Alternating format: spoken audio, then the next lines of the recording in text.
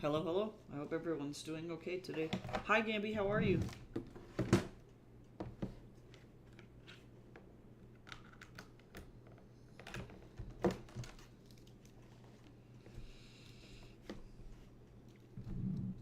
Oh, I forgot Atari. Atari, no!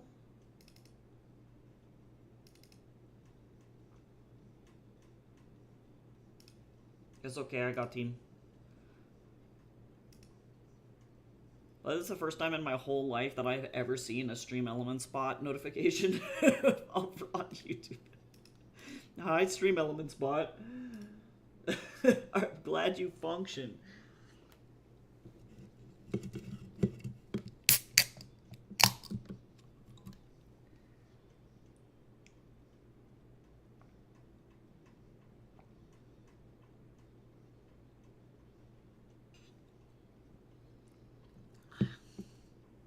What you drinking?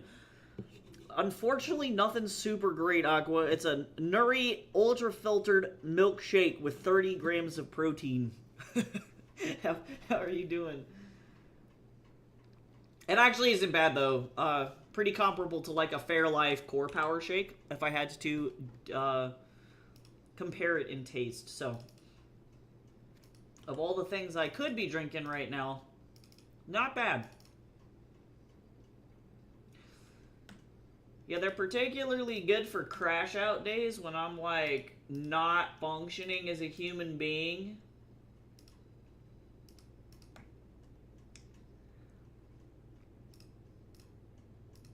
So this is the good. This is how we're gonna survive today. Hi Jamie, how are you today? Welcome in. It's good to hear from you. Is this a commission for someone? Yes, this guy is the absolute GOAT. He literally comes back to me every single year. I've been doing commissions for this dude for probably about I don't know, 6 years? Maybe, give or take, maybe longer actually. I think let's see, wait.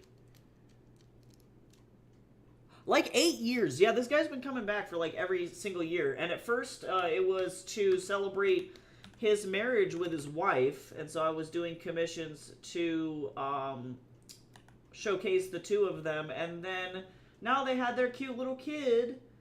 And now he has me draw images of his little child. His little baby. But yeah, they always ask for artwork of either themselves or their kid as their favorite video game characters. So last year I did the baby when they were just born as a companion cube. And this year we have Astrobot, and then also I've got another one that's Molly the sheep from The Altars. I can actually make it a stream for once. Woo! I exist. Mood. To say that I am having a crash out is an understatement. Like this is the crash out of all crash outs.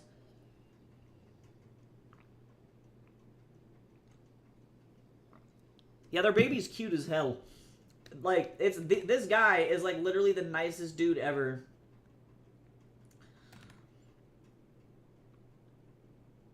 It's like the only commission I've ever gotten from Etsy that has like been not like questionable in nature. Super great. And I don't really have to do a whole lot of shading on this bebe because babies are supposed to be kind of soft and round, and so I can just kind of... Hello? Oh, nice. Have fun volunteering. Hopefully that'll be cool. I hope you guys win. Go volleyball. Volleyball's sweet. I love volleyball. Hi, Riddle. How are you today?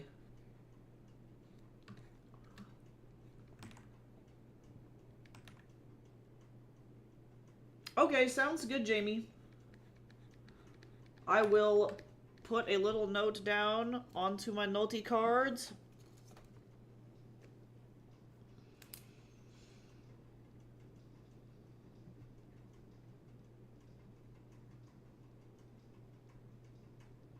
After I run out of these sticky notes, I'm gonna have to go to Daiso and get some more stationery. Oh, nice. That's cool. Yeah, that's exciting. Eye hurting for no reason? Why? God, it really is like that sometimes. And you're like, I legitimately did not ask for this. Like, everything about this. It's like, what the heck? What the heck? As my niece would say. Ah, I need a logo. Yep, that I can do.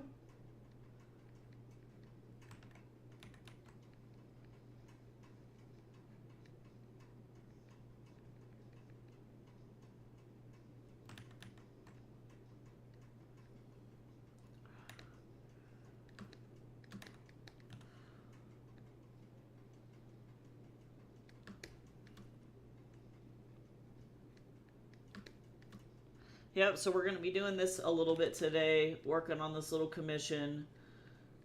And then, I'm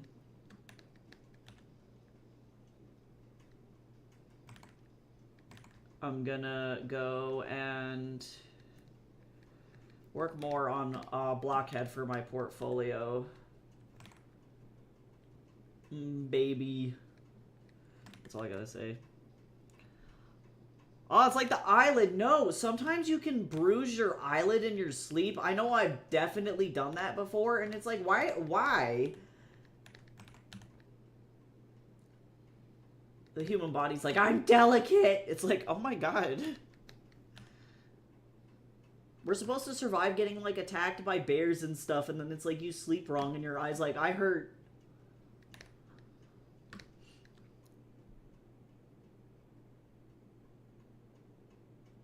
Oh, no. No, for real. Okay, so Jamie, no, I'm having, like, just, like, the most massive crash out of all time, and, like, I got up, and I was like, the chances of me actually being able to eat today are probably 0.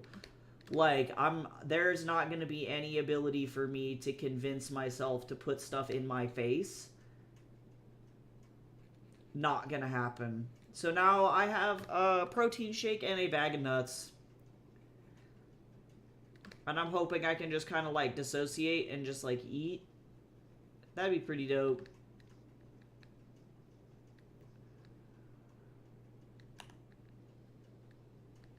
I probably should have done that earlier, but that's okay.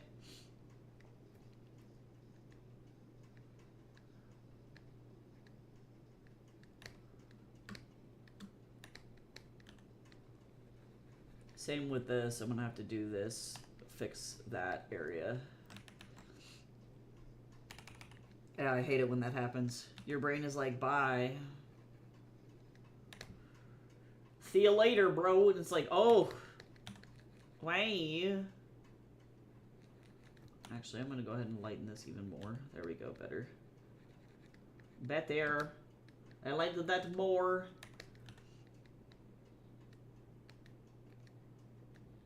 This is the easiest part of this commission. And actually, I can message the guy. I don't think that this guy, if I remember correctly, even asks for printed commissions. Because I always offer prints for people who want them for my commissions. If that's something that anybody is interested in. But if I remember right, this guy is a PNG kind of a guy.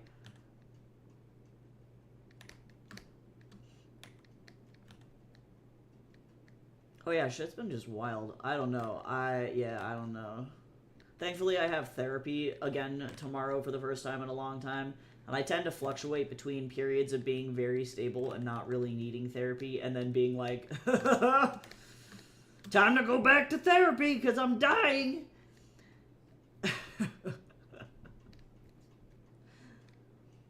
And I'm just mad. I recognize I'm so mad because I'm like, if y'all have been in this stream with me long enough, I'll go on a little tirade for a second. For a time, before the pandemic, I did a tabletop role-playing game with a company called Party Error. And we did a live tabletop role-playing experience on YouTube. It was very fun, very cool, and unfortunately it exploded right before the pandemic because one of our coworkers was a creep, and we had to terminate him from the company, which was not great. And long story short, I don't think that without this particular tabletop role-playing game, I would have ever come out. And the character that I played, his name is Nathan, and he is brilliant and stupid and amazing, and I love him to death. And I decided finally recently that I'm going to write a book about his life. It was like a superhero themed, superhero light campaign. Really cool stuff. And I have both of his tattoos now, because that's my life. But it's just ironic because I'm working on that book, and in that book he's just having the most like massive crash out of all time. And I'm like, why are these two things happening at the same time? Because shit for him would have happened in 2017 during like the first like Donald round 1, and he also was having a really bad time during that time. And I'm like, this is dumb.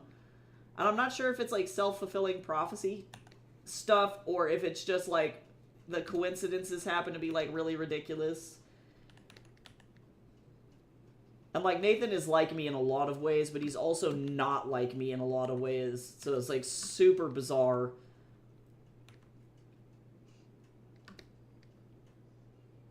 I remember printing out one of the pieces I commissioned.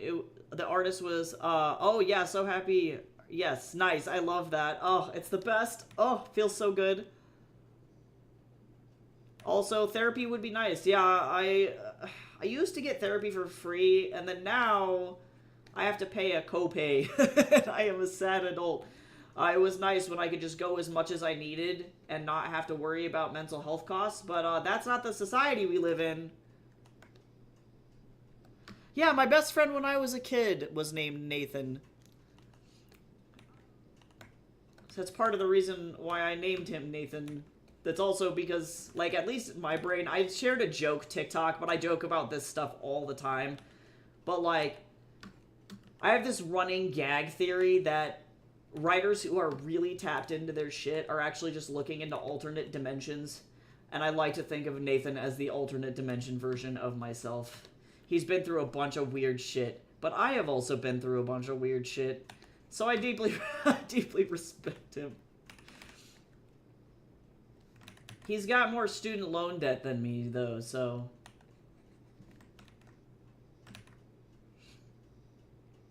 Yep, we care. We don't care if you're an adult. Riddle, no truer words have ever been spoken. They're like, die, I guess. Yeah, thankfully my insurance is really good, so the copay isn't, like, that bad. But, like, my rent is also $2,500 a month, so it's like... I don't really want to get to the point where it's like, therapy or rent? Which do I choose? It's like, this is not great. This is not a good place to be.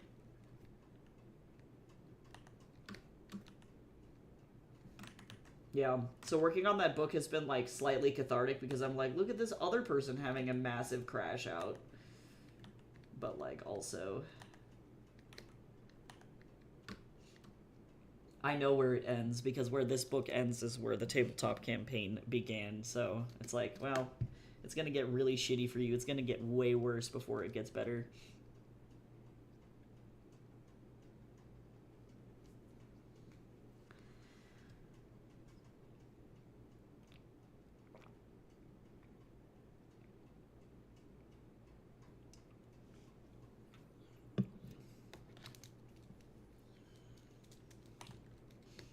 Alright, there's this baby.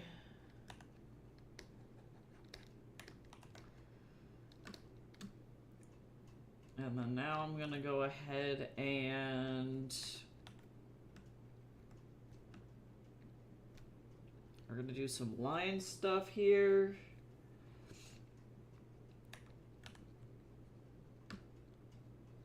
Yeah, Nathan definitely got me through, like, one of the worst parts of my life, so I'm like, I'm super attached to him as a character. He's definitely one of the most impactful characters I've ever played or ever written, and I'm really excited for this book to come out. Eventually, one day. I don't know, I'm actually officially now starting to talk to my boss over at Pavendo about starting a micro-publishing company, so that thing might actually be happening, which is nutso.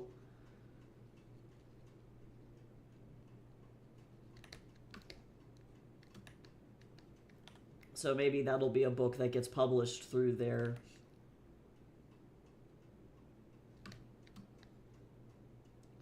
But now I have to figure out a bunch of business and marketing strategy, which is not my strong suit, but worth it if it actually takes off and makes a difference for the authors that I cater to. Because my goal is to sell, like, at minimum 600 copies per title per year as a micro-publisher. And that won't, like, necessarily make us, like, money, like, bank money. But what it'll do is it'll be more profitable than just people just trying to sell books by themselves.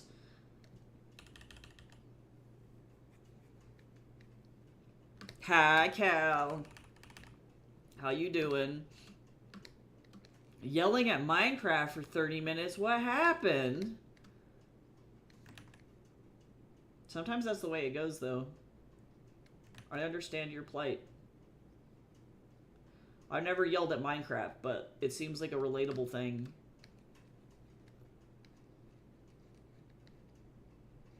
I tend to not mod games either, so when like others have issues with that, I'm like, should have just played the vanilla. I'm terrible.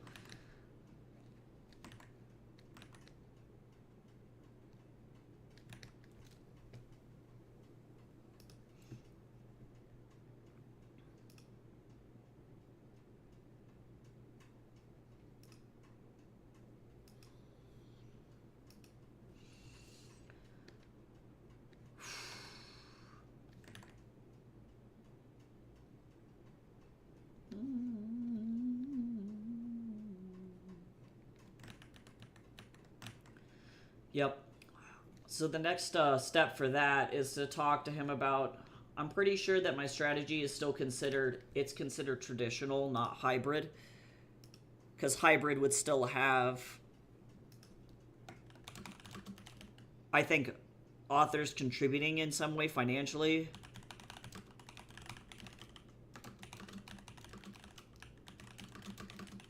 But I'm double checking what the requirements for a hybrid publisher are.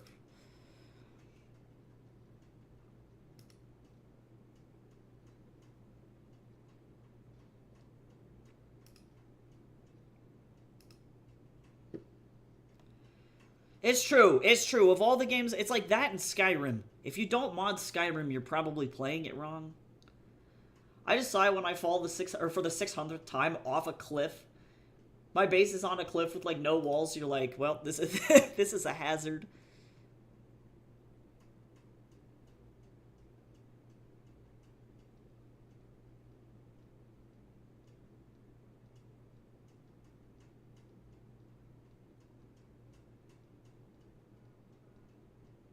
Okay, I think I'm more trad. Because I'm not really going to make authors pay for everything. They just have to fulfill certain obligations, but I'm not going to make them pay a bunch of stuff. Because that's how hybrid publishing works, is that they take some of your money, which is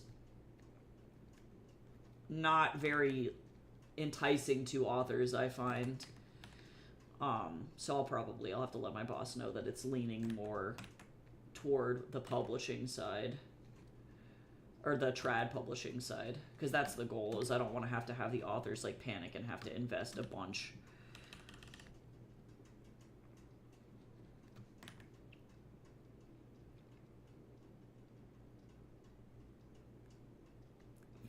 With the last time we played Skyrim on stream, we played Darius. And it was a disaster. Darius's build is super glass cannon-y, so it was a lot of me screaming and trying to light things on fire while also just dying. That was the content. Hi, Danny.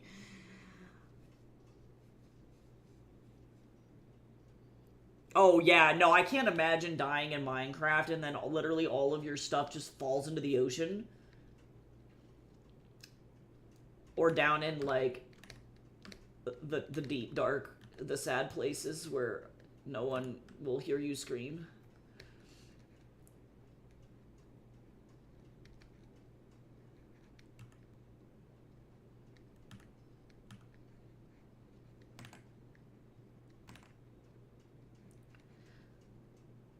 Or actual hell. Yeah, true.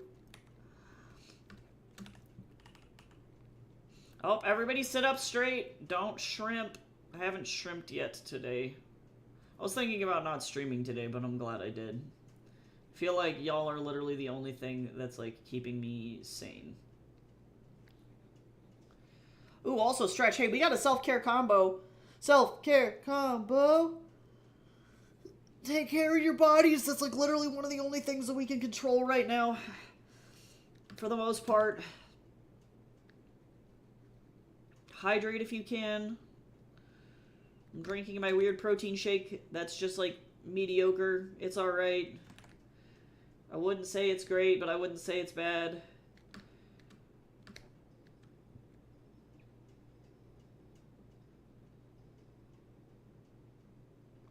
Could be worse.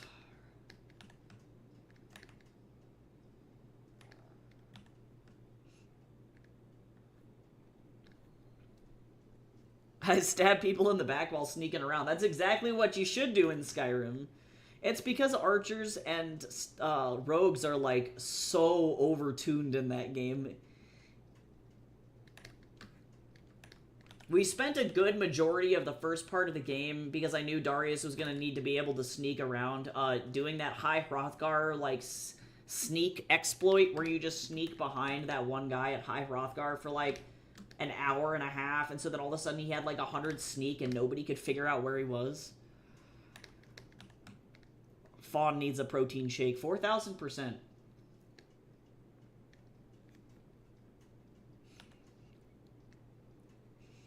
Yeah, we'll see how it goes. Effectively, where I'm at right now is I've reached out to a couple of authors that I know potentially could be interested in being, like, flagship authors for the company, but I haven't heard back from either of them yet, so I'm curious to see how it goes, and then I'll be able to give them updates as I have my meeting with my boss over at Pubvendo, because he's worked with micro publishers before, which is great, so then that helps give me at least a little bit of security, and if I need to, like, outsource any of the stuff to him, I can do that, which is great. And then, overall, once I have a secondary author, because it's probably going to be one of my titles and one title for somebody else, so that way the risk for the other author is not, like, super big.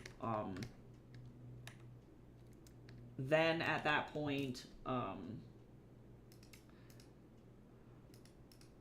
I just have to figure out the overall, I don't know, like, the strat to try and get some actual sales happening is the hard part, and that's what I'm meeting with Josh with, or about.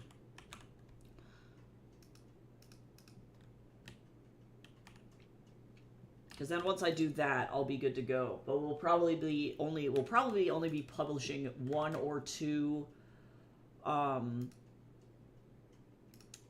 titles the first year, 2 titles probably, and then hopefully 3 the second year. But I'm trying to figure out if I want to start with one of these flagship authors, and if they don't get back to me, then I will have to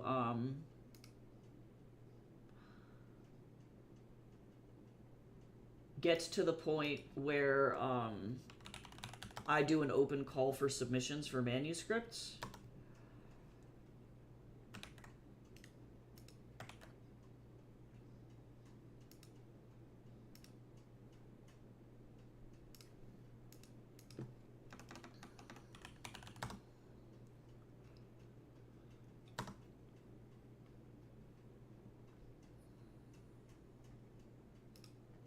Okay, so then let me save this out. So PNG.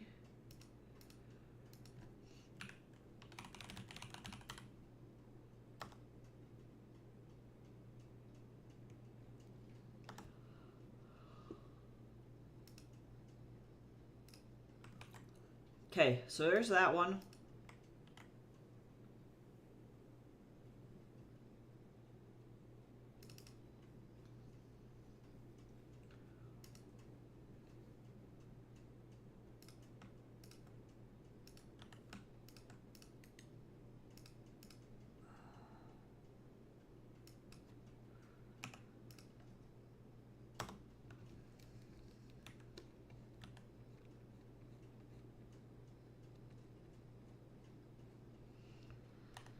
Yeah, so the sales part is going to be the difficult part.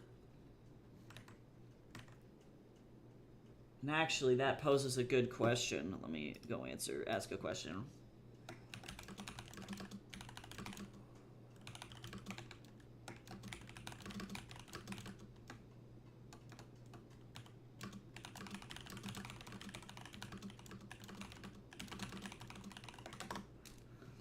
Trying to figure out. I need to figure out if I need to sell 600 titles, if that's per year or if that's lifetime, because that's gonna change some stuff.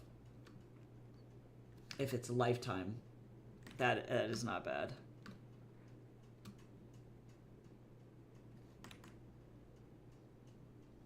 Oh, that's lifetime. Oh, that changes things. Oh, that changes things. Oh, that's so less intimidating. Jesus, I thought that we needed to sell 100 or 600 copies per year, or in the first year. Hold on.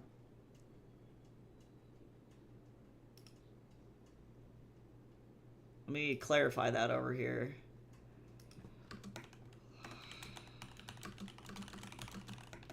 Okay. Save. Okay, I did it. I just keep slowly moving the Trouble Mods versions around until I hit something that works. You're like, please just function.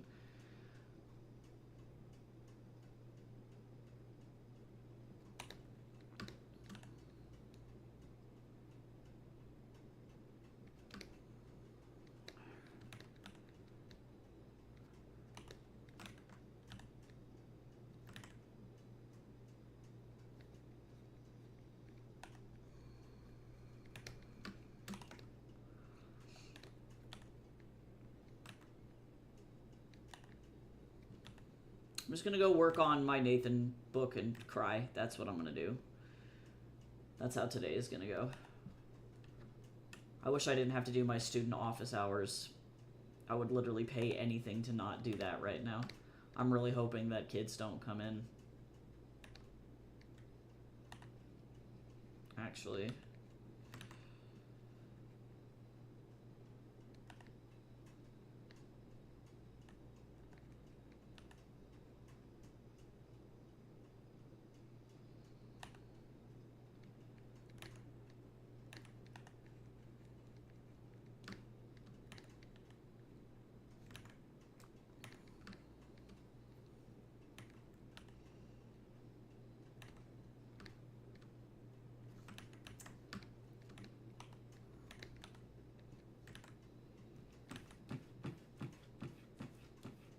This kid has an orb-shaped face, and I love that for him.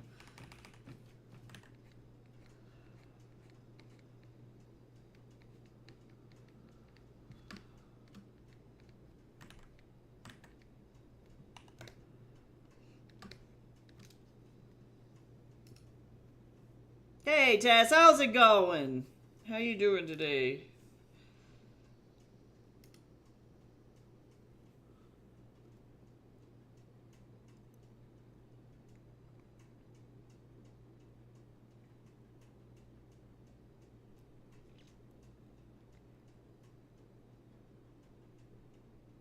So you'd want to sell it within like 12 to 18 months. And with a long tail after launch.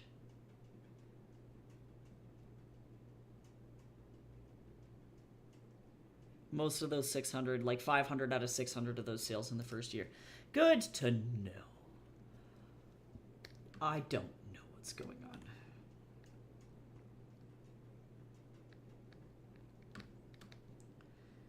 Running a business is scary. I feel like, at least with my own like self-publishing stuff, the only one at risk is me, and I only invest as much as I can afford to invest, you know? So I don't really invest like a crazy amount of money.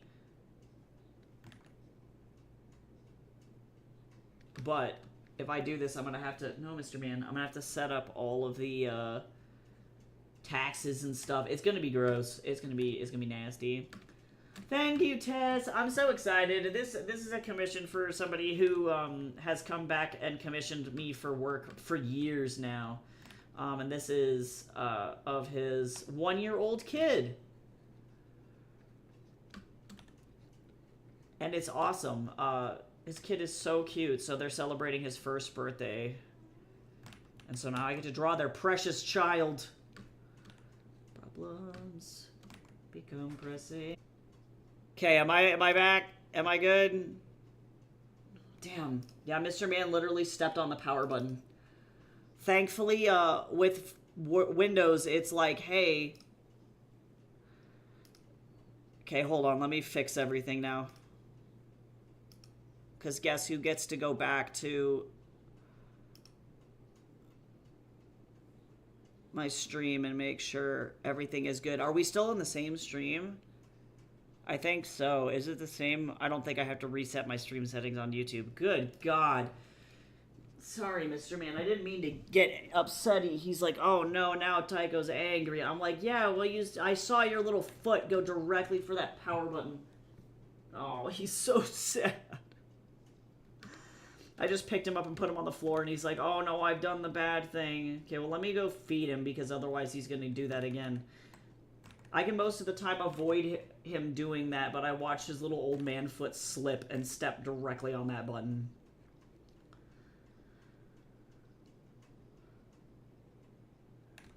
Thankfully, I was fast enough opening OBS back up, and we're okay. Let me finish this really fast. I'm almost done here. Okay, that's pretty much all I need to do here. Okay, let me, thankfully it didn't close any of my work. Oh my god, and then now we get a bot. Get out of here, you demon.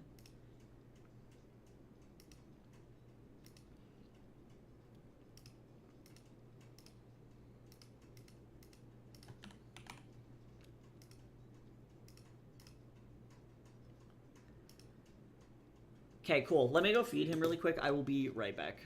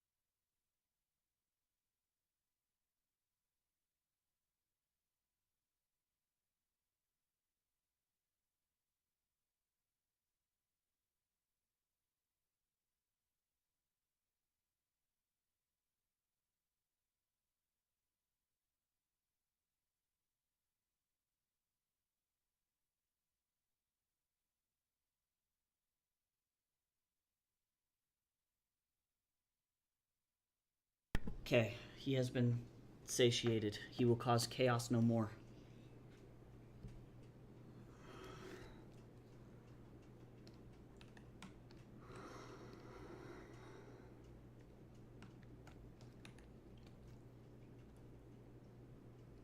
Order has been restored.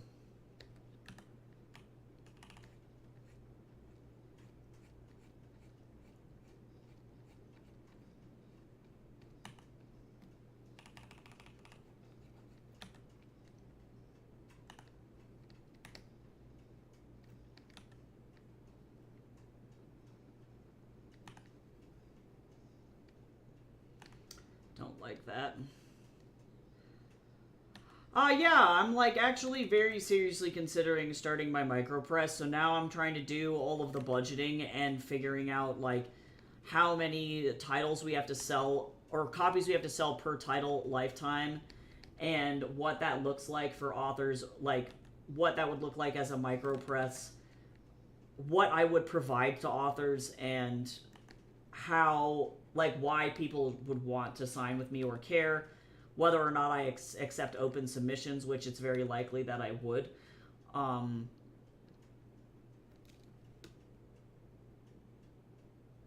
did I not make this screen? I didn't. I gotta resave these now. You know, things like that. So I'm gonna schedule a meeting with my boss to figure out how to go about doing that. And that should be very interesting. So I have like a bunch of different... I think I have the business plan set, which is good. Because fortunately, a lot of what I do, like, I already function pretty much as my own micropress when I publish my own stuff. But the question will be, really, it's about trying to get my stuff into a situation where I can sell enough copies to actually, one, not only break even on the book, but then also, two, satisfy the authors and make it seem like something is actually worth it for them to want to publish with me versus publishing, like, self-publishing.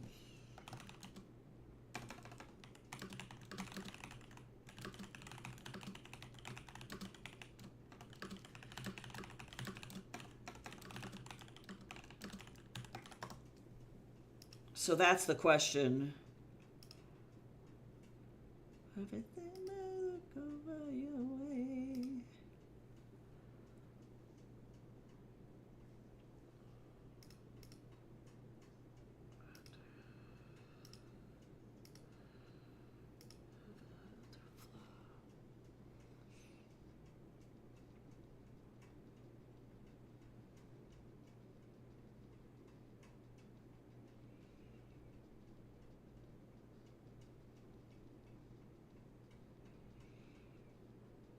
And if we are going with like a mixed royalty scenario, then they could earn anywhere between $750 to $1,500 for their royalties.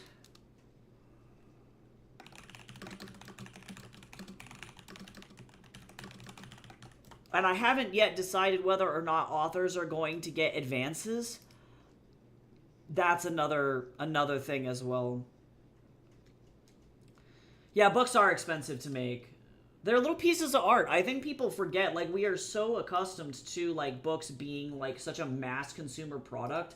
And with, like, the rise of, like, quick presses and things like that, it's like, people forget that it actually takes, like, effort to produce good quality looking stuff.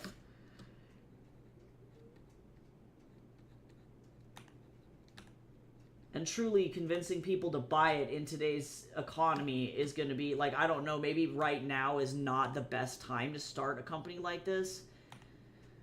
And so that's the question, and that's what I'm going to have to ask Josh, is from his expertise, you know, is it a good time to start something like this right now, or would it be better to wait?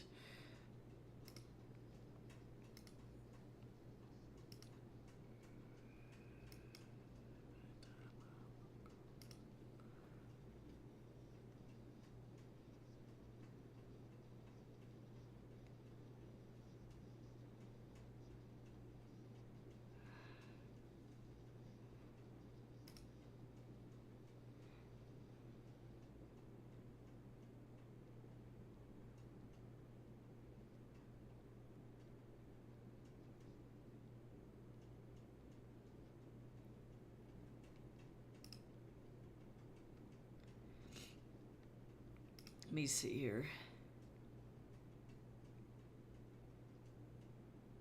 Yeah, and of course, in advance, you know, you don't pay out royalties to an author until they earn past those um, sales.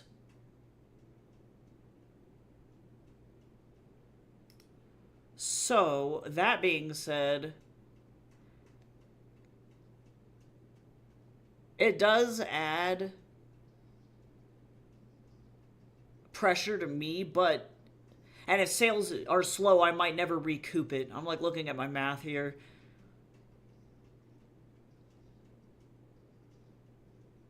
Micropresses most often don't offer advances, but instead emphasize higher royalty splits.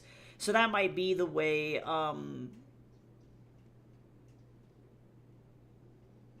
I go, or offer a micro advance would be maybe the way that I would go.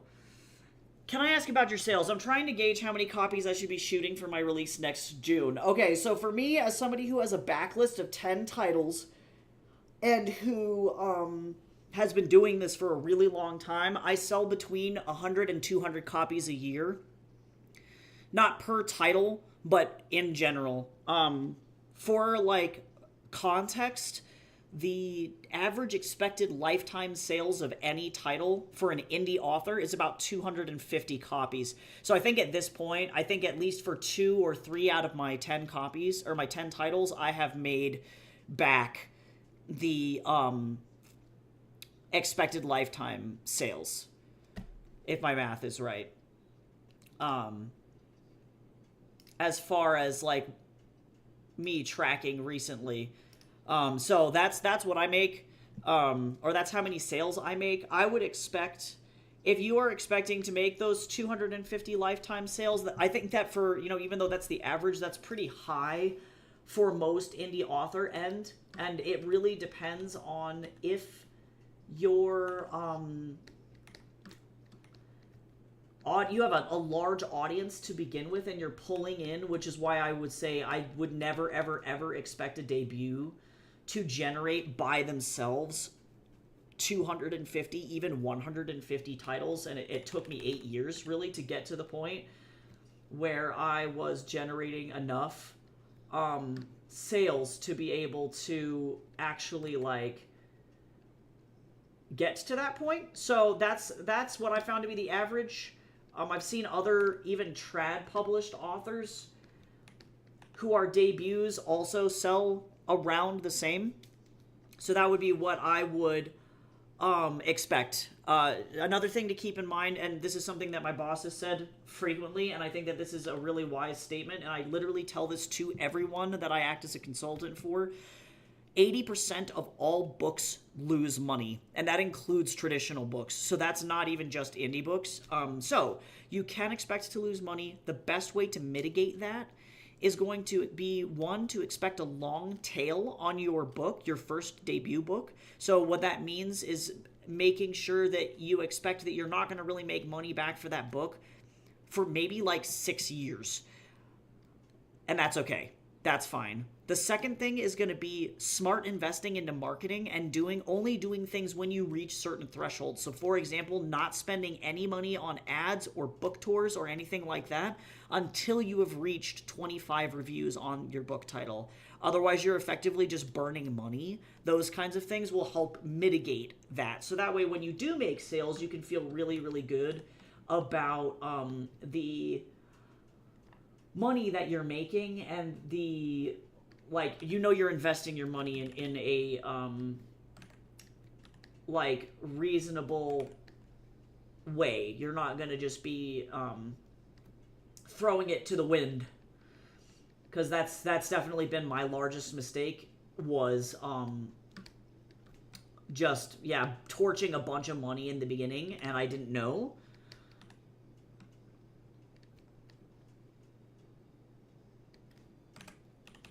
I would say for a debut, depending on how much you like hit the pavement, like if you're a fan of selling at conventions and things like that, you might make more. But if you're expecting only online sales or like a Kickstarter, you probably will make less. And then, of course, that also depends on your social media presence as well, like what your overall like numbers look like there, or if you have a newsletter, what those numbers look like, etc., etc. Yeah, and Danny's 100,000% right. You probably will, as an indie author, make more sales in person than you ever will online. Online sales are really only like relevant to authors who have a large social following already, or are big household names. So if people are more likely going to buy your stuff if you're there in person. So that's a number one thing that I always recommend. Always. You're going to want to aim for cons as a debut author that has a ticket or a booth cost of less than $130 per booth. Any more than that is going to be probably like a massive like money sink for no reason. Because unfortunately, if people don't know who you are, they're not going to show up to cons for your titles. That's just not how that's going to go. Unless you can hit a specific niche category, like furries, for example, then Denver, which is kind of expensive, becomes more worth it. Especially if you have books that target that specific audience. But then, of course, it's kind of difficult to get in. So, you know, that becomes one of those things where you just have to kind of figure out which cons are good, which book fairs are good, doing as many library talk events as you can, because those are free. Like, legitimately just reach out to local libraries and be like, hey, I want to do a talk because I'm an author, and I can talk about writing fantasy worlds, or I can give an educational talk on, you know, how to design your book as somebody who's worked in the book industry. I can talk about what it's like working for a press, you know, those kinds of things. And you can effectively frame your event in the guise of education, and then also be like, oh, also here's my book. Because even if you do an event for free, you might make one sale, you know, which is pretty cool.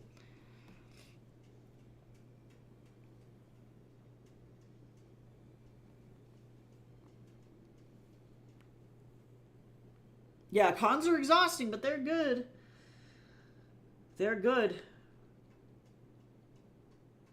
I would say the ones that I would recommend for the Colorado area, if you get a chance to sign up for them. I don't know if certain ones are still open, but definitely hitting Mile High Con. Mile High Con, what am I thinking about? What is the other thing I'm looking for? Cosine in Colorado Springs. Those two are huge because those attract readers. Mesa County Comic-Con is the best Comic-Con in Colorado, in my opinion, for smaller sellers. Going for like Denver Fan Expo or for larger like comic book conventions is a bad idea. Denver Fan Expo sucks.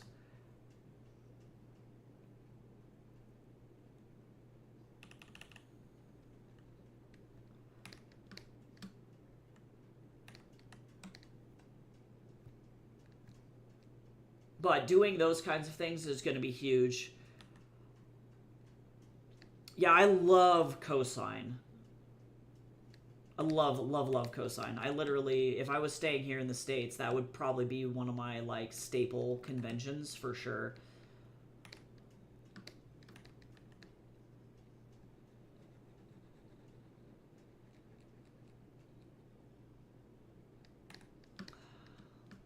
Definitely love those guys.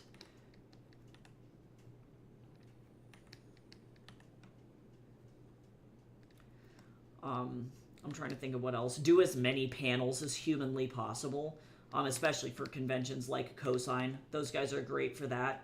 Mile High, I think I got onto a couple of conventions as well. Or not conventions, panels. So doing those kinds of things will help assert your expertise, because as soon as people go, oh, this author is actually like, they know what they're talking about, and they, you know, they are knowledgeable in their genre, they're going to want to go and support you, you know, so those kinds of things will really, really help. But yeah, expect to get kind of kicked in the gut the first year. Oh, do we have a self-care combo? We have another self-care combo. Take care of yourself, stretch, do all that good stuff.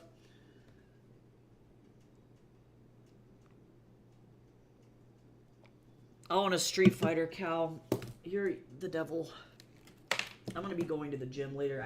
My arms and back are still torched, so I'm going to do squats today. That's fine. I feel like I need to go grab the cat and squat the cat.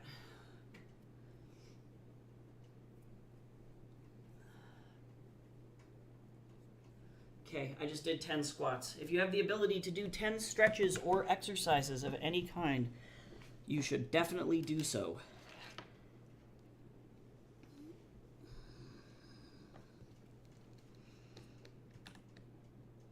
Make sure you're not dying.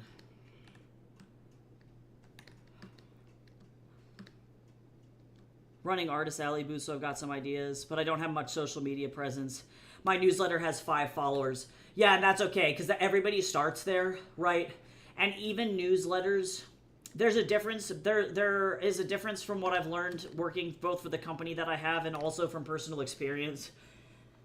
There's a difference between what I would call sticky newsletter followers and newsletter followers who are effectively one and done, effectively would be the way that I would describe them. So they sign up, but they're doing it because of social pressure, not because they actually care. You know, so unfortunately then those guys, they end up signing up and then you never see them ever, ever, ever again. So that's unfortunate. But yes, 1,000% to business cards with a QR code. Encourage every single person that you see to sign up for your newsletter. Most importantly, if you can, set up an incentive. Like for me, I have an incentive on my newsletter where if they sign up, they get a free short story that's set in the Brady Von Altus universe, for example. So you can incentivize people to do that way. I know for a lot of people, and I might switch my strategy here now, to where if people sign up for my newsletter, they just get the entirety of the first Brady Von Altus book free. That might be where I shift. So once you have a series going, that can be a really good thing to do. And then make sure, if you're at conventions even, it's like if you sign up for my newsletter, you get an automatic 10% discount. Those kinds of things. Really force people to just like invest in that. So that way you can get them onto that newsletter. Yes, my newsletter has 10% off on both my Etsy and my Ko-fi. You know, so I have effectively incentives all over the place to try and get people in there. I need to be a little bit better about marketing it, so I'm going to try and hit that really, really hard. And what I might do is, I'm not sure if I want to shift my product to be more like, oh, if you join my newsletter, here you get your free basic publishing pipeline. It's like a jump start for like going on to like, or getting into the self-publishing sphere, you know, like, so this is like your how-to like organized step guide to do that, right? So it really just depends on who you're trying to market to. Are you trying to market to readers? Are you trying to market to clientele? Oh, and yeah, I have a gotcha game at my booth as well. I know Q has the spin to win wheel. We were doing that for a while together. I ended up swapping mine out for a crane machine. I bought like a cheap $25 kids crane machine from China off of Amazon. And I tell everybody that like if they can either pay $2 to play the crane machine and it's a play to win, so like always they'll get something, Or if they purchase anything at the booth, they just get a free play automatically, and then they can win an extra bonus prize. And that includes things like buttons, stickers, art prints, whatever I have on hand that I'm just trying to give away because I don't need them anymore. Good things that I know that Q has included on her spin to win wheel are free short stories, free copies of ebooks, a crisp high five. That one always makes people laugh. Although I do find that a lot of people are now more hesitant to invest in those things. The spinner wheel, if they don't win a prize that actually has like monetary value to it, that can make people like kind of disappointed. So that's really dependent upon how much your spinner wheel costs and what your risk is for that kind of stuff. Oh, do I actually want to... I realize I forgot to potentially do this here. I might have to resave these out. That's better, because I need that. That's better. Let's resave these, and then I'll send these over to my client. After I do the glazing. But yes, having like a spin to win wheel or a gotcha machine, they're super cheap. Like Crane Machine, they're super cheap on Amazon. So just find one that's affordable. Like mine was like 25 bucks. Yeah, you'd be surprised, Cal. Some people get very upset if they spend $2 and don't get something in return. They get just upsetty spaghetti. So you have to weigh your audience. And then you also have to know who is coming to specific conventions as well, because if it's like adults, like I'm willing to throw a bunch of money into a Crane Machine at like a Akihabara, for example, or a 1-Up, or a round one to win a Japanese like plushie, for example. But because my money is so tight, I might not be willing to throw that same amount of money into something where it's like, oh, well, I just wasted $2 and now I'm only going to get a high five, if that makes sense. So you have to be able to gauge who's going to be there. If the environment is full of children, you have to have items like at your booth that are very low barrier to entry. So like dollar stickers, $2 stickers, those kinds of things. Or again, if a kid can play a Crane Machine for $1 or $2 and they're guaranteed a win, I found that I will literally just rack up. Like, there was one year that Q and I think I'm not even shitting you, made like almost $300 on the spin to win wheel alone. Because, like, it was something that kids could spend a couple of quarters on, and they were so excited to do so.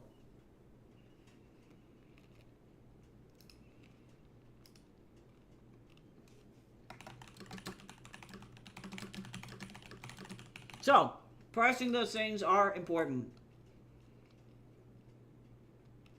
Yeah, and that's exactly why I picked the Crane Machine, because that shit's just fun. I like playing the Crane Machine myself. So, that is pretty fun. And because I do deal mostly with kids, I always have it as play to win, because I never ever want, like, especially a young kid who needs, like, their parents' help to win the machine, feel like they have to walk away with no prize.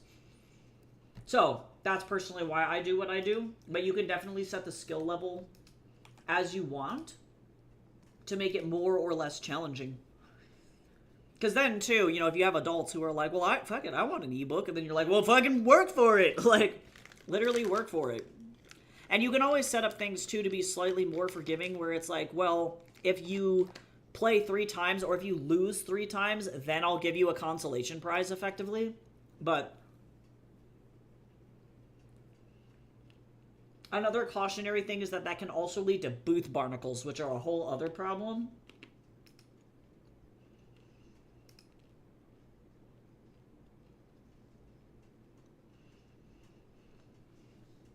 Now let me get these 2 things going here.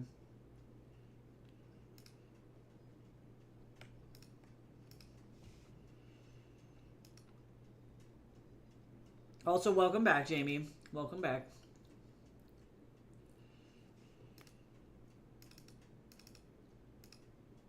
Go, Glaze, go!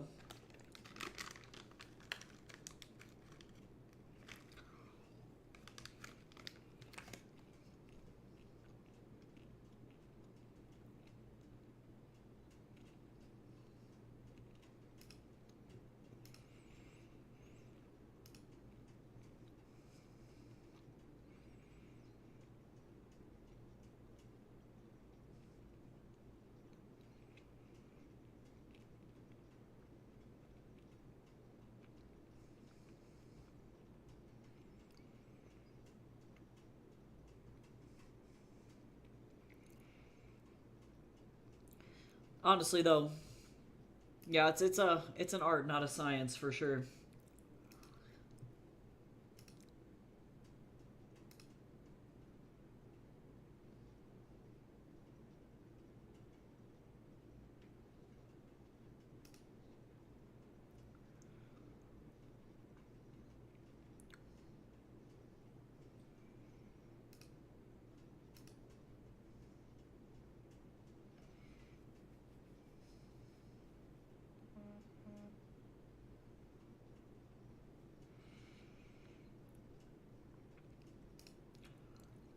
I don't know if it would work necessarily, but I think it might be fun to run events for my booth, like stop by at 10 for a limbo competition. Yeah, you could. Yeah, you could. I would run that by the convention itself first, because they mostly don't want people competing with the events that they have worked hard to set up, you know, so they don't want people to be like, oh man, well, I was gonna go to this panel, but there's this one author over here that's doing a silly thing. It may be more advantageous for you to incorporate yourself into um other events that the like panels, for example, that the event is already running, so that way you have to do significantly less work and you're also not competing with their programming. That would be my recommendation. And of course, if you know people who are running like Cosine or Mile High Con, talk to them, because guaranteed, like, they're so friendly that it's like, yeah, they're so friendly that they'd be able to figure out, you know, obviously, like, you know, what would work best with you. But yes, you makes a very good point. Some conventions are so crowded that you will not have physical room in the aisle to be able to do that. For example, the last time I showed up at Denver Fan Expo, they had 47,000 people in there, to the point where people physically could not walk down the aisles in the artist alley without touching each other. So those kinds of things. If you have people standing in front of your booth for too long, that could even potentially result in injury. That is, of course, an extreme case, but it's something to keep in mind. Some conventions, like Cosine, is very chill. Mile High is very chill. Mesa County is very chill. But as soon as you start to get into those bigger conventions, things start to get very packed, jam-packed, like little sardines in a tin, which is not great. Denver is very similar. Non-Desucon was similar when I was there last, though I would not recommend that convention. The lady who runs it is super mean. Red flag on that one.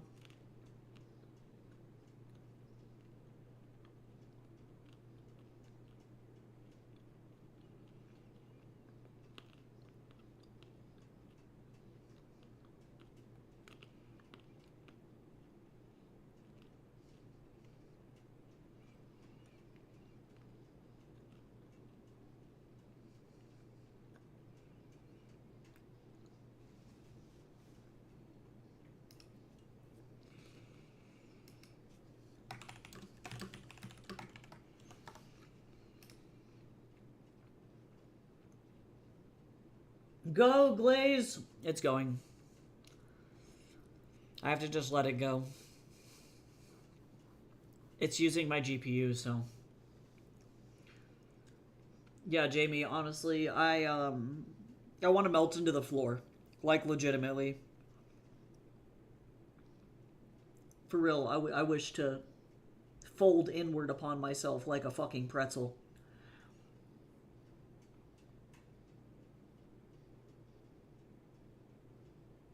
Yeah, I have heard that DakuCon is actually fantastic, for pretty much everybody. I personally have not gotten in there. The last time I messaged them about whether or not their tables were open, do we know if their tables are open right now? $75 is a great price. I don't know if they're like past their deadline.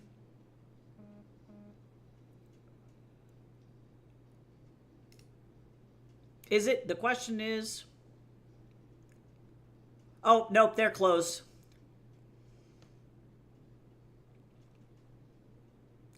Yeah, so they, unfortunately, they didn't get back to me.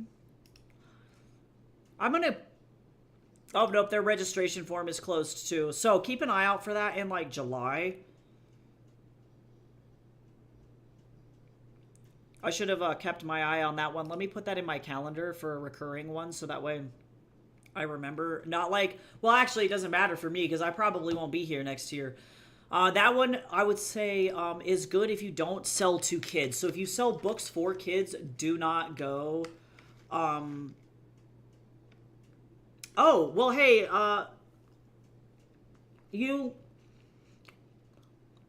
should I, because the last time I tried to email them through their website, they didn't ever get back to me. I was like, when does your registration open?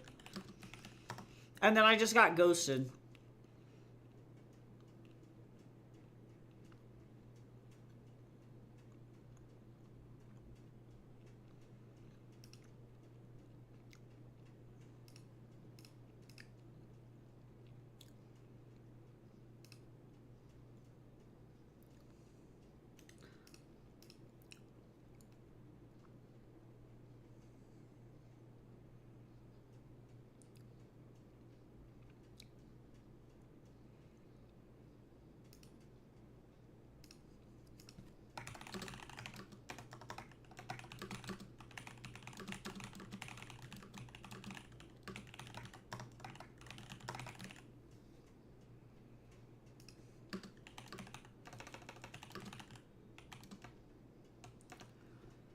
I'll send them a contact email.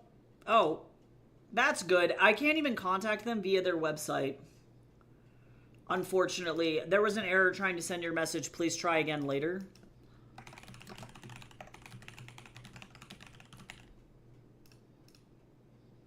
So that's great. I don't know how you've contacted them or if you have a contact email for them. I would like so appreciate it if you would send that my way. Because I'd love to get in. Bye, Jamie. Have a good shower. Sleep in a moss hidey hole for 2 years. That we call that the crater. I might end up splitting booths with a friend for the first year. Yes, please, please, please do that. That's like the only way that Q and I have really like survived throughout all of this. Is make friends with authors if you can, or other artists, and do that. Okay. Okay, let's figure this out then. Because they have a Discord.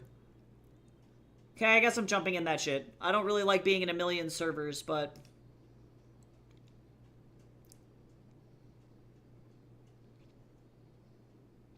Okay, because there's the staff. Con announcements.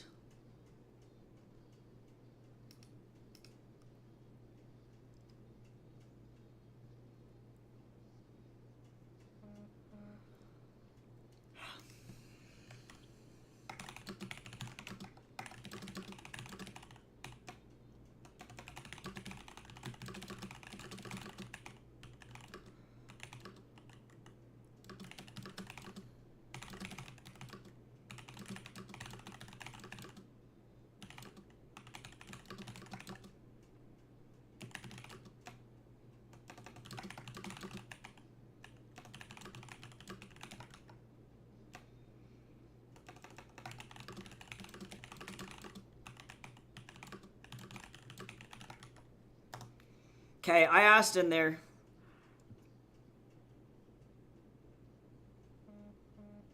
We'll see. I'll let everybody know if we get information. Yeah, the author wrote, it probably was, but it says here that the application closed. The author's row application closed. Acceptance letters will be sent out on September 1st, 2025. So the deadline has already passed, but like, I don't know. I haven't been keeping up on this one. And then unfortunately, if you click the Authors Row registration form, it is blank. So, yay! Woo!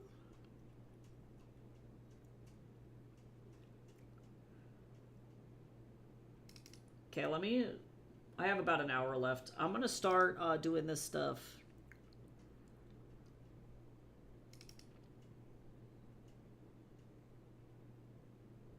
Yeah, you're like, I'm very confused. You're like, hello?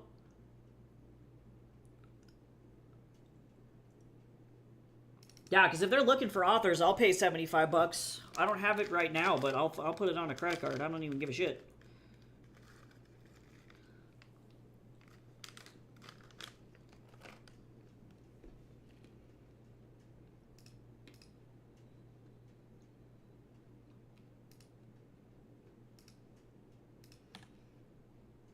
I don't know. These are important things to talk about because half of the business, like all that I needed to get done today were those 2 commissions. You know, so half of the business is making sure everybody is up to date on stuff. And that we know like where our events are and what to do, you know?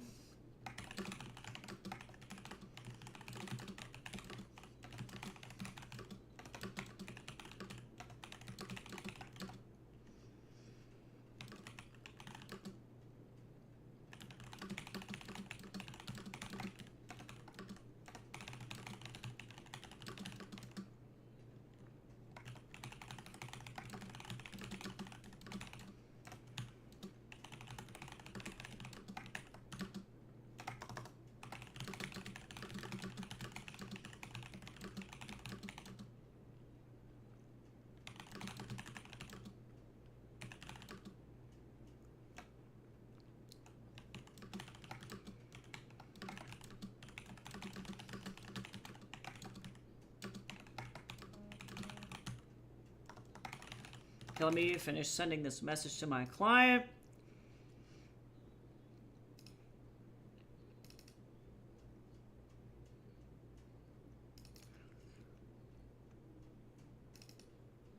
I wish that Etsy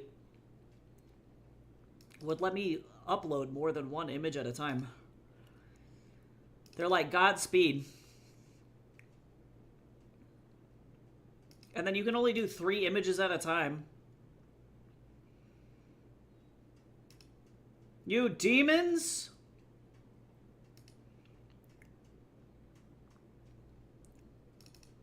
Oh, hydrate. Yeah, their website blocked me. Yeah, so I had to jump in their Discord. At the very bottom of the website, they have, what? Wait, what? What?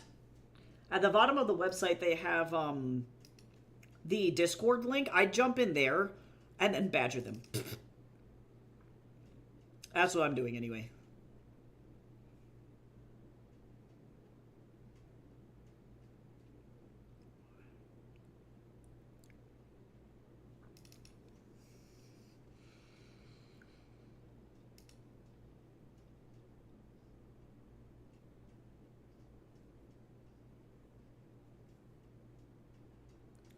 Okay, cool. Yeah, because Daku is great if you sell stuff other than just stuff for kids. But it's like you do not. I was talking to one of the like guys that runs it, and he was saying you don't have to sell NSFW content in order to have a good time there, as long as you're you know, you've got material that's good for people that are adults. You're pretty much good. Yeah, and maybe their stuff is just busted. Or maybe their dates are wrong. I don't know. They don't seem like necessarily the most organized convention of all time. But I've heard that the sales are good because people who show up actually show up and like with money. Of course, you do have to be ready for everybody to be half naked That's like pretty much the expectation there. Yeah, no, you can just like effectively, as long as you got that stuff going, you're good to go. Yeah, because the main difference is that it's just an 18 plus con, so it's like there just are not going to be children in there. That's all, which is maybe actually for the best in some instances, because I do find that cons that are kid friendly, like Mesa County, I do love them, and I'm very glad that their convention actually brings in money, or it does when at least when I've been there, because oftentimes there is a chance that the kids just don't have any money. Like, that's the reason I don't really do Fort Collins Comic-Con anymore, is because when you go, nobody has any money. Like, I could not even express like how many times I've shown up to the convention, and then it was like, oh, the kids will come up to your booth and they're like, yeah, I want to buy some stuff, and you're like, okay, and they're like, oh, I only have $5, and you're like, what like okay, why are you in here then? Like, you can't, and so then effectively vendors are just sitting there awkwardly just like looking at each other while waiting to make sales, and then all of a sudden everybody is making sales from each other, and it ain't great. And so I fortunately had stickers, and I was like the only one who survived. Like, it was insanity. Madness, truly.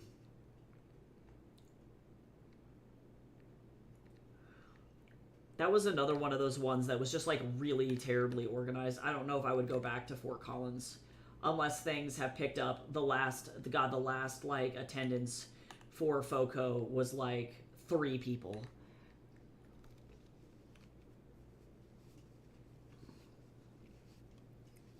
Assume all the smutty art, right? Yeah, Dakimakuras and like all sorts of shit. Yep, it's true.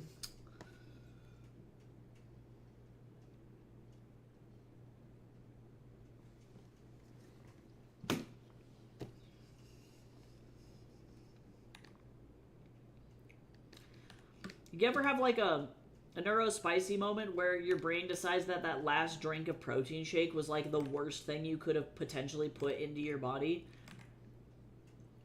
And now everything is gross. You just consumed nasty, and your body's like, why?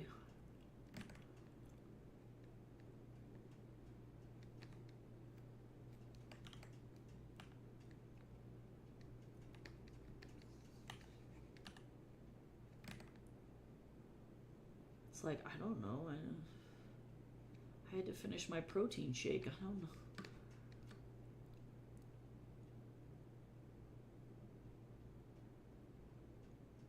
Yeah, so the thing is, the thing that works for me is I very fortunately, let me go grab some of my stuff. Actually, I can't. I was going to go grab my sticker board, but I have it all packed up for the convention next weekend.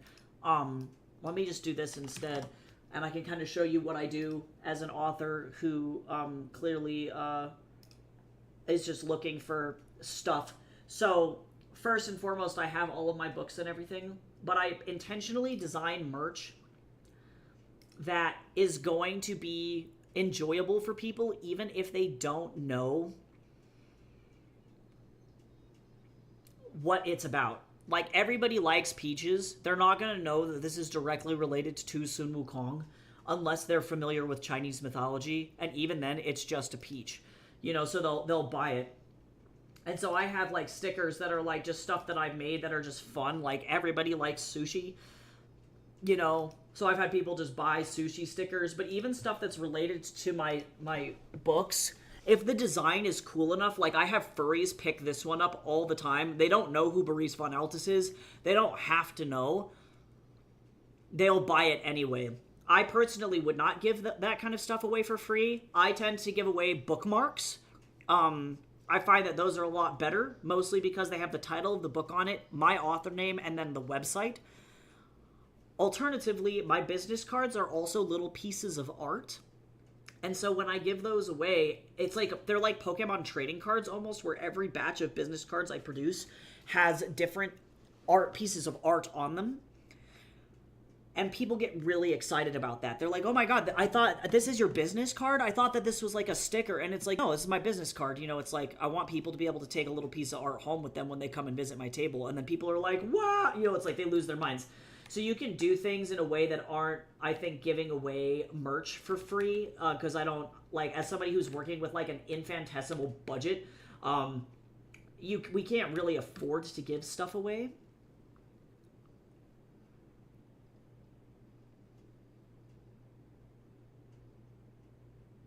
But the other way, of course, is if you incentivize people, like you is saying, where it's like if you have people at your table and it's like, hey, you can get a free sticker if you follow me on social media, or you can get a free sticker if you sign up for my newsletter, that is an equal trade. But again, you have to be really certain that these people are going to want to stick around on your newsletter like that. Because that's the tricky bit, is it's like, how do we get people to stick, right? Because I've done giveaways before, for example, and the unfortunate nature of that is that as soon as people come, they get the free thing, they leave, right? So how do we do that? Yes, the best solution I've seen is to just give art away with the book purchase. I do think people like art, and it's a good way of getting people to your booth, 1,000%. I always, with people purchase books, I have leftover stickers for stuff. So for my book, King of Dust, I give them a 3x3 pearl paper sticker. It's a large sticker, so it's worth the value. A bookmark, and then every book comes with a embossed stamp, a personalized quote, and the book is personalized to them. And so it feels very much like a VIP experience. And that allows the people who are at your booth to feel like they're actually participating in something very special. For the Brady books, I have like an exclusive poster print that I give away. So all of a sudden I start loading stuff up into bags and people are like, whoa, like I didn't realize I got all this stuff. And it's like, yeah, yes, welcome. Like you get a Bree sticker and you get, like for a time it was like free keychains. When I like as effectively as long as I have the supplies, I'm like, nah, you get all this stuff. Like this is for you. So that can really help incentivize people to want to come and engage. And then of course having a big, massive banner behind your stuff that has your book covers on it, art on it, those kinds of things. People are interested in flashy stuff, and I still have not figured out yet the balance between like what is too much to carry into a convention and what isn't. But I think I'm very close. I sign every book as well. I use both because I feel like the embossed texture is really fun. But people still like, if I have the ability to say like, hey, who should I make this out to?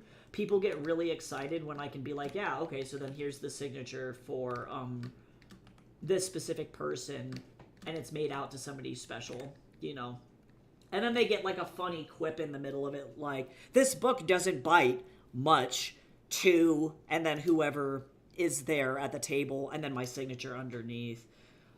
But yeah, let me open up I just finished up my banner, actually. We worked on that on stream the other day.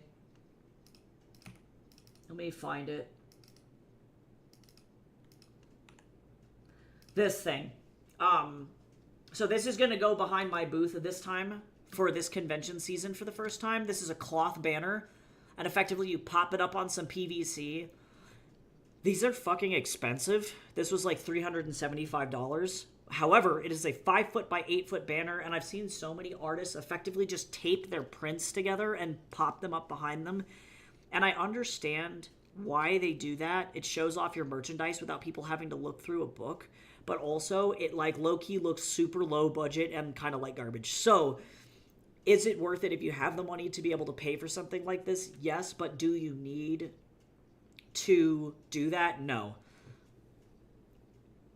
Yeah, I would love to be able to make a shop front facade for my booth as well. The question is load in, load out.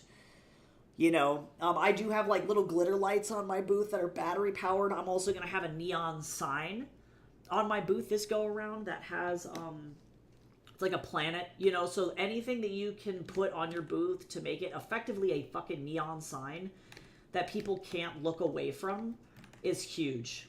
I know for a long time in the artist alley scene, it was the act of make your booth as tall as humanly fucking possible. I don't think that works. I've seen people, like literally certain conventions will put height restrictions on stuff because all of a sudden people were making 20-foot tall booths and it was becoming a hazard. People were knocking them over and they were falling over on top of people, so it was a whole thing. But yeah, legit cheap stuff on Amazon is going to be your best friend. Um,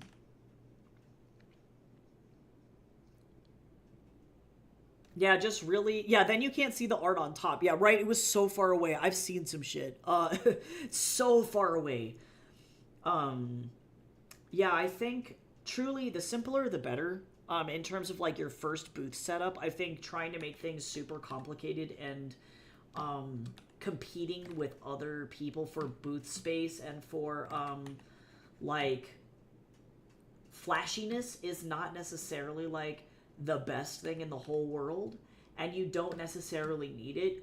Focusing more on saving yourself and like your back with like load in load out time is going to be significantly more important. I found that most people, they don't care necessarily if your booth is like the flashiest thing on the whole planet. They mostly just care if you are if you have at least one interesting thing to look at. But I've also I've broken even on every convention I've been to, thank God. Even ones where they forgot to tell people where the artist alley was, and we legitimately had one person walking through.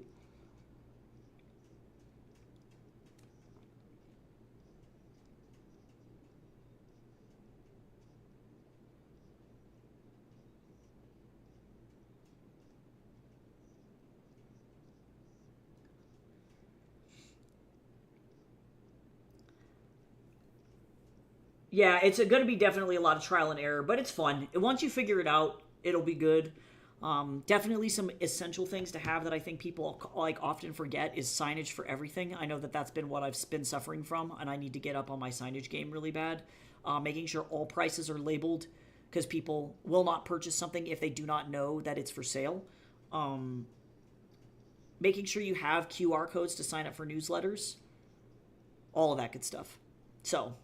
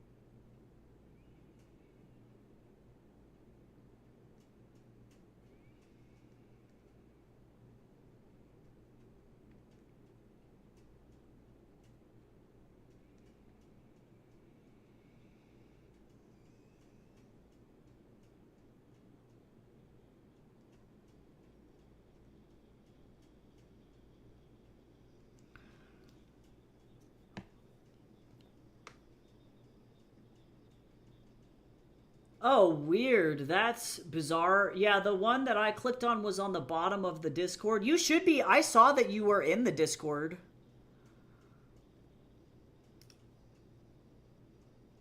I see it in there, like, if I, like, open the DokuCon, you're right there.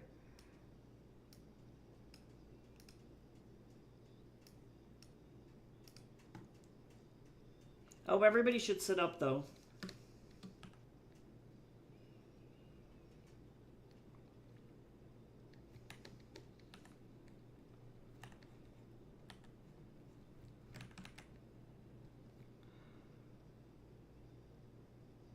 Oh, weird.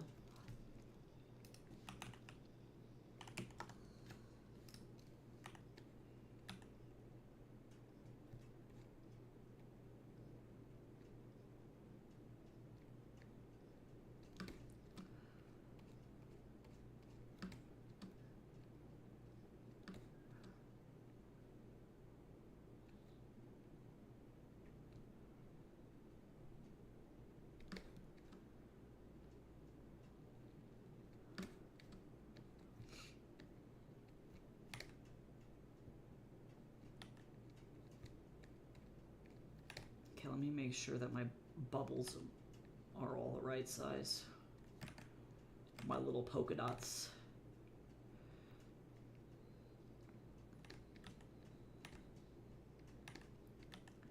In the mouth of the spring, yeah. Holy rollers, one at a time, yeah. There's a resin shaped like honeycomb. Can I just stay here forever and more?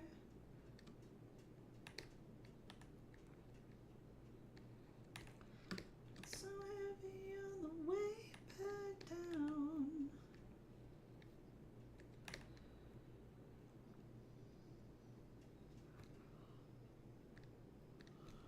Ugh, gross. Y'all, I don't want to have to explain to my mom what happened yesterday. I'm like ready for her to start asking now.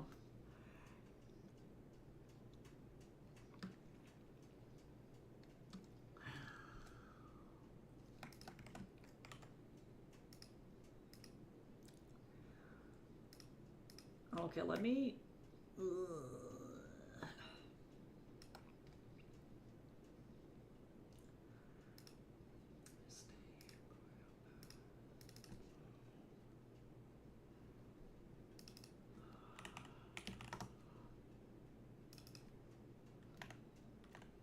I think you mean Quarry Create, right?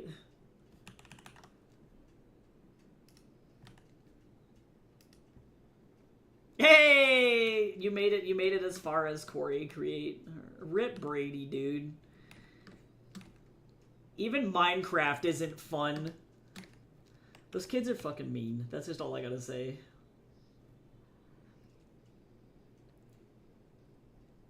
It is like actually uber wild having people in my server or in my streams that have like completely gone through my books. I'm like, can I talk about my stupid shit now? Hey, the mods are alive.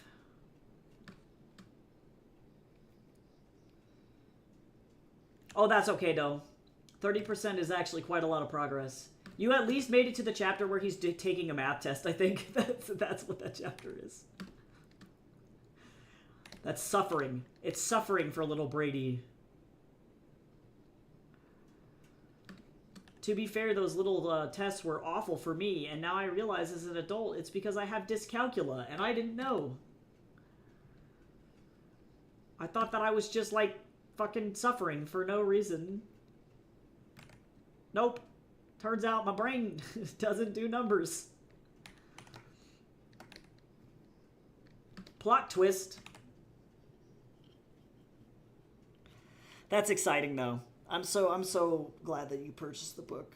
I hope you enjoy it as you get through it. Mr. Lowe's ridiculous.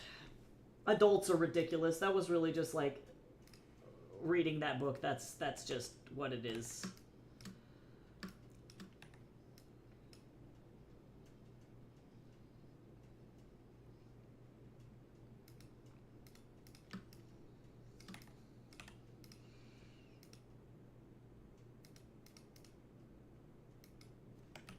This.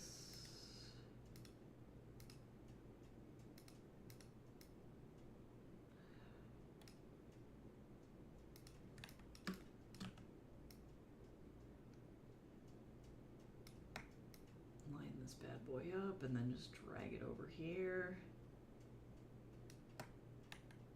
And then the angry face, I think, is on the other side.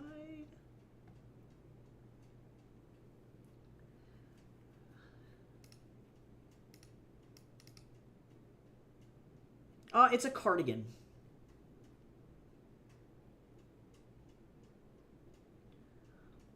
A button-down cardigan if we're getting super specific. Oh, nice. Dragon Steel.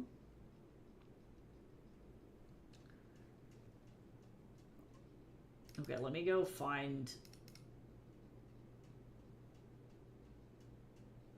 Oh, I fucked up. Guess who fucked up? It was me. Hold on. Time to repair. Dumb.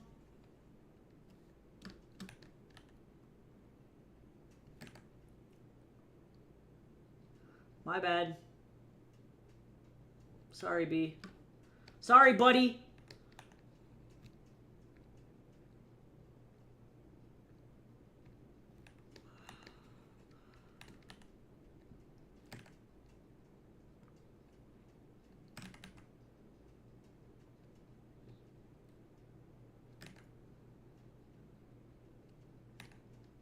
It's so cute.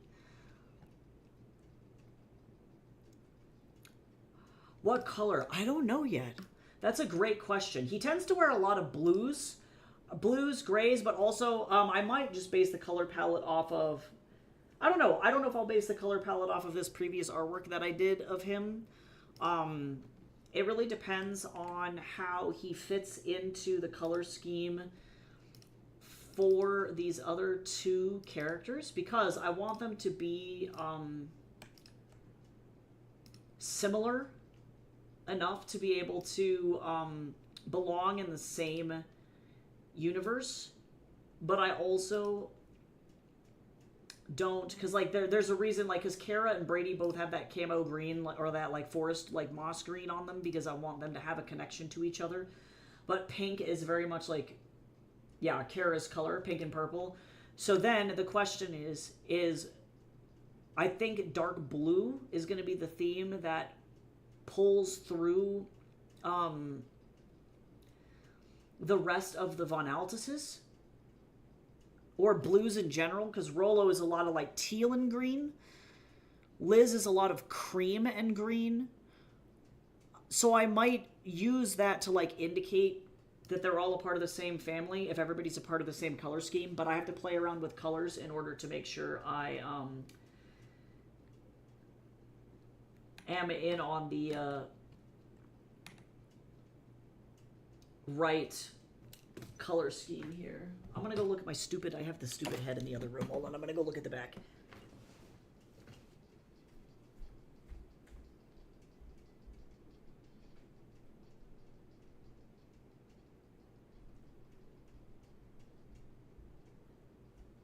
Yeah, so this one is the surprised face, and then the angry face is on the other side. But yes, I'm not sure. Not sure yet.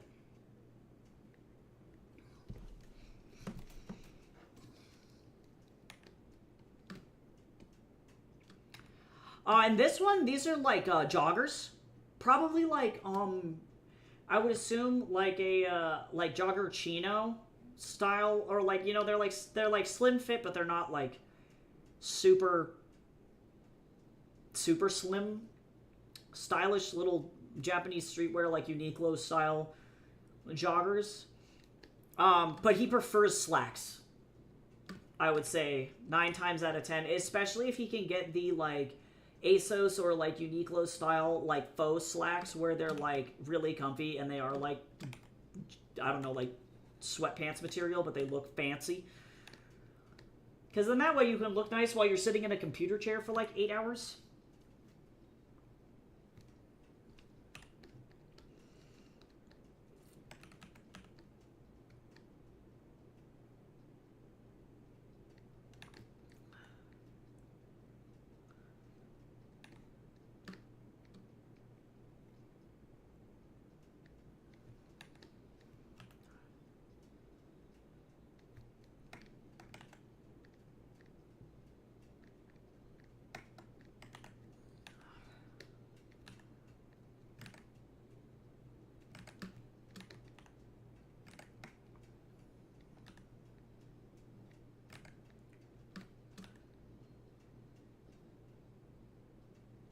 Yeah, when I think about him, I definitely think about, like, dark colors for sure.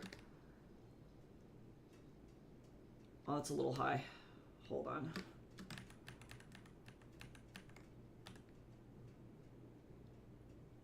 A little thick. We don't need that. Guys, I don't want to go do my office hours. I don't want to teach the children.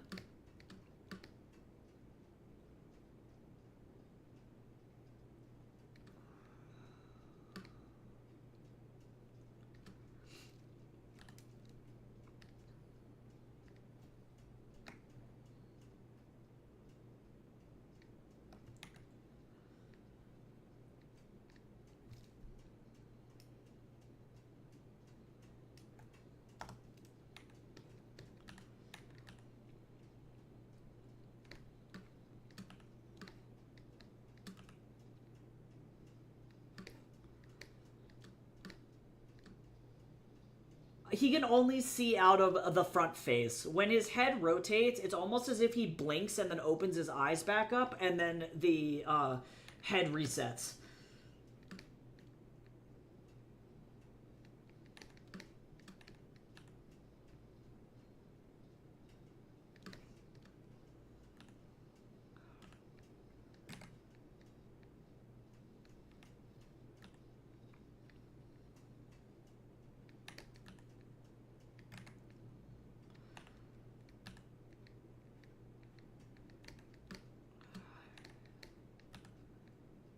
Definitely doesn't make it less uncanny from the back, though.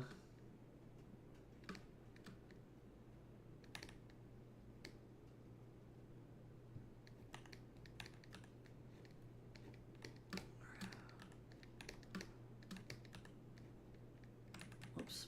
I'll worry about that later.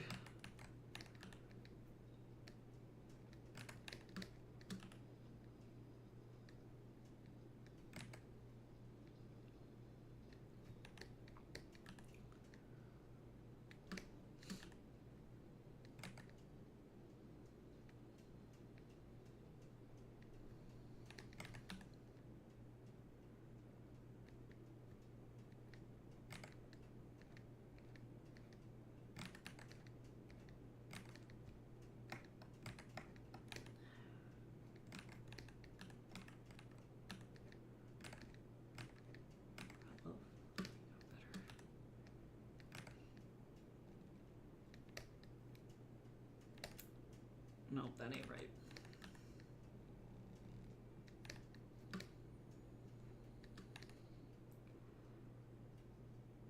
This ain't right either.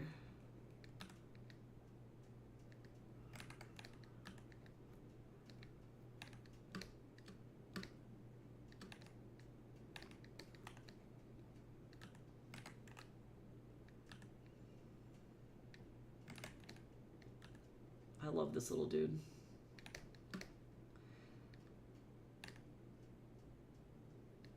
I'm actually going to pull this in just a little bit more too.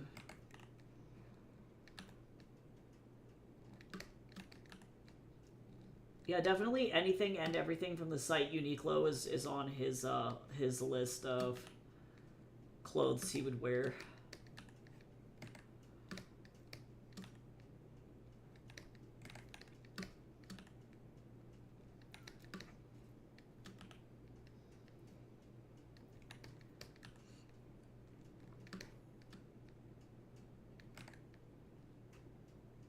Or H&M or ASOS. Those are like definitely all in his wheelhouse, I think, for frequent shopping.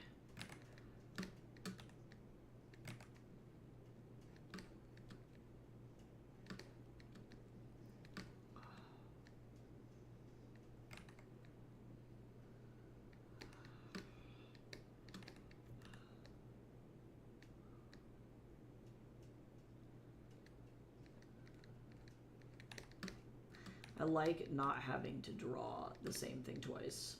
Thanks, Photoshop.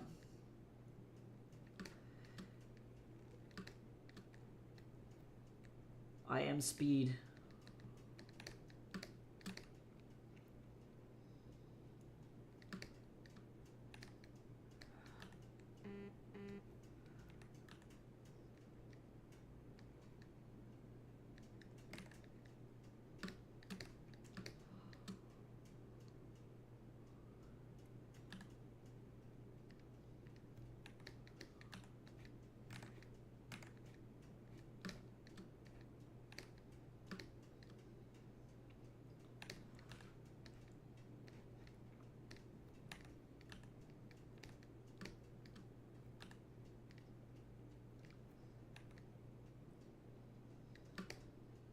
Oh, I see what happened.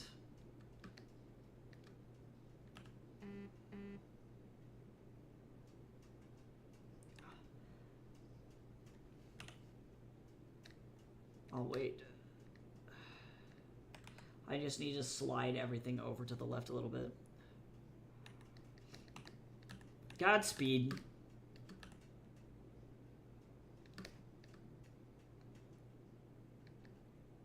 This is what you get. This is what you've done to yourself.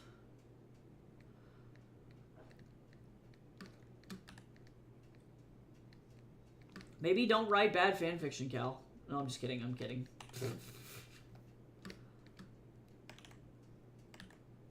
Oops, not that. Okay, so I accidentally had this be just a little bit too wide. So I'm gonna go ahead and just take this whole thing and we're gonna move it that way.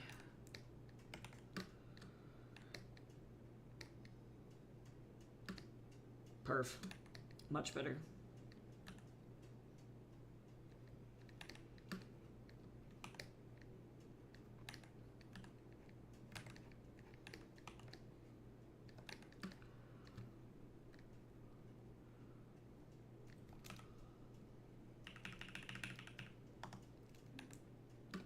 Okay, so this is a good start.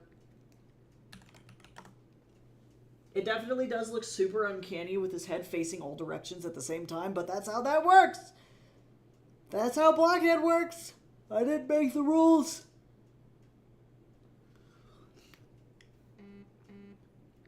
And then most importantly, we do have to do one final thing for this turnaround. And that is copy.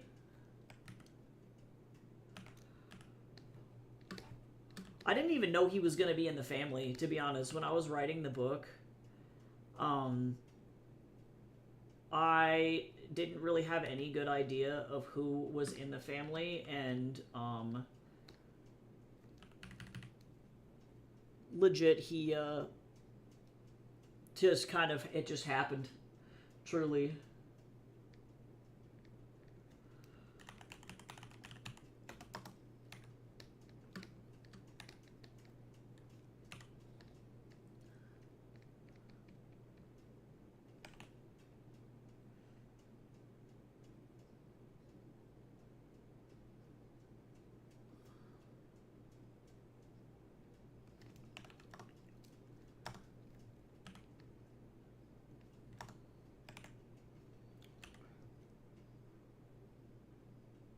Oh!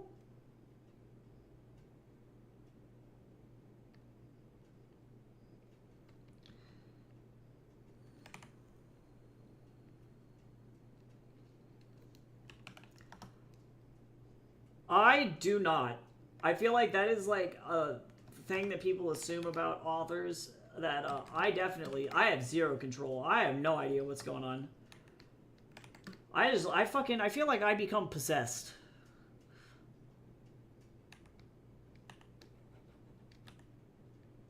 Actually, no, I'll just draw the hand, or the mouth by hand. Oh, it's so angry. Oh, and yeah, this is why B has issues, because he feels like he's not even allowed to accurately even express emotion. So even when he's angry, he looks like adorable. It's like he's not even allowed to like feel real rage. Poor guy. He's okay. He'll be fine. He's fine. He's fine. Okay, great. So this helps. So first, save this bad boy.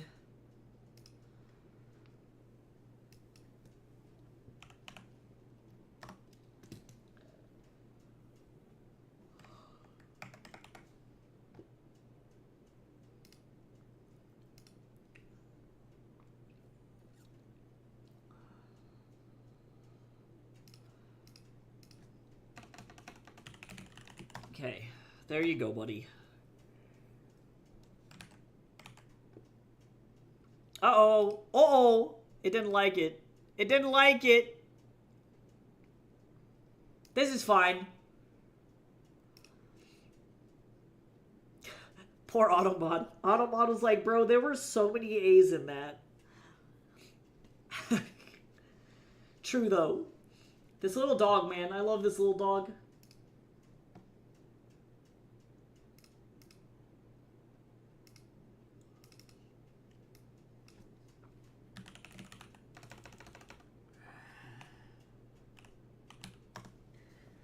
Okay, so now save. And the question is I gotta create some kind of like casual ass pose for this kid. This is my Nathan anxiety playlist. This is what I listen to when I try and get my brain to like not flip its shit. It's not working.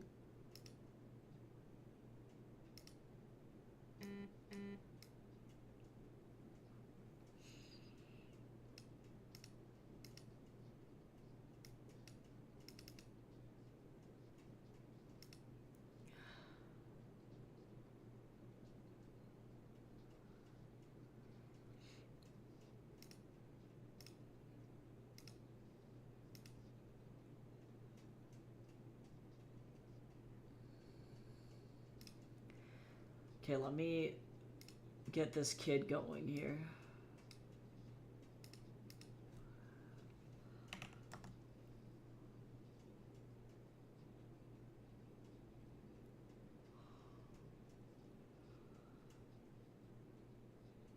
Okay.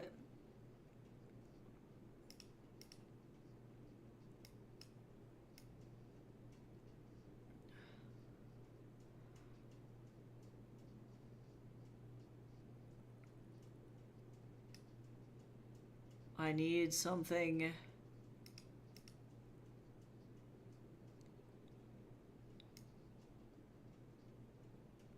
that's very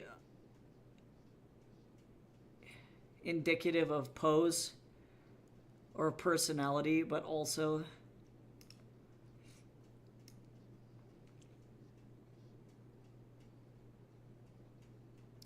let's see. Let me see what I got. I may be wasting the rest of stream looking for the right pose here.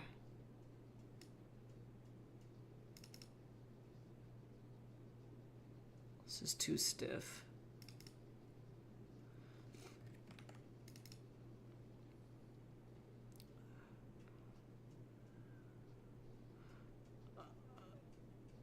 Do I have the ability to do this? I think I do.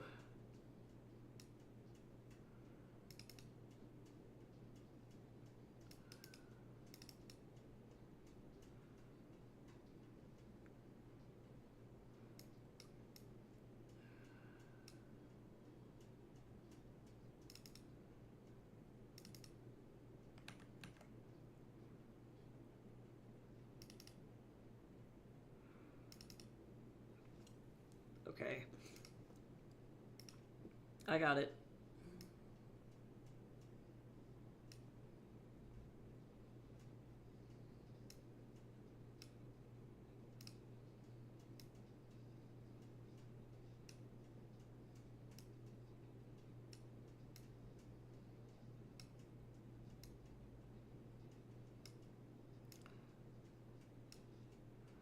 Okay, hold on. I need this good contrapposto, otherwise this is gonna look like ass.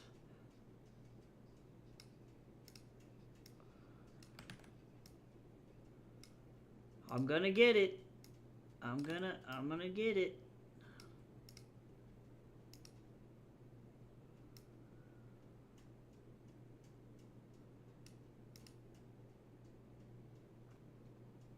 Okay, that's pretty good. Jolly good. Oh, no, you're good. Yeah, Lurkin is fine. Yeah, Inside is also on this Nathan Anxiety playlist.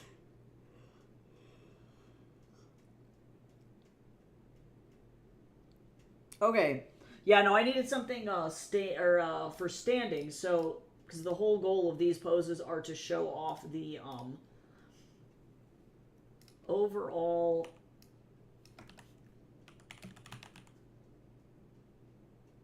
um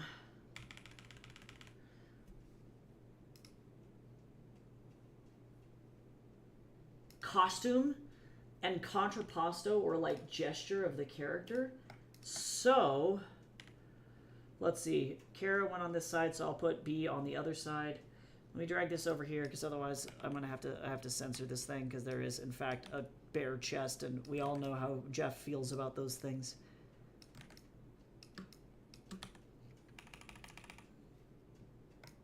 Yep, we do love those lurkies. Alright, so this is what I'm going to be working with. I don't think I'm going to get started on this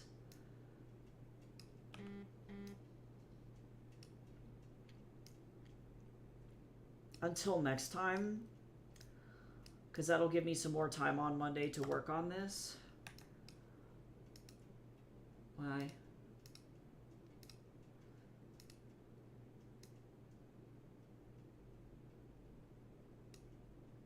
So we're going to do that next time. But we did get done with the turnaround, which is great.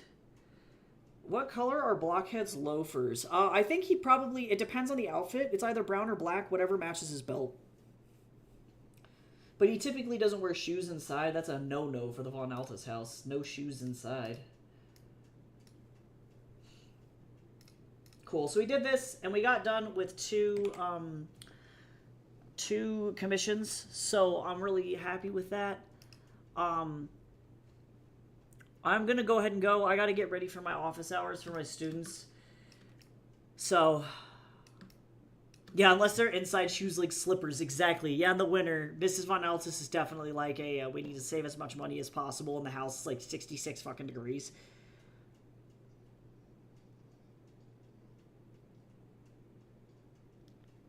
But I'm going to go ahead and dip. I will be back on Monday. I will see you all then. Thank you so much for being so positive and wonderful, and literally like the only thing that consistently keeps my work days from collapsing in upon themselves. I appreciate you guys so much, and I will see you all next time.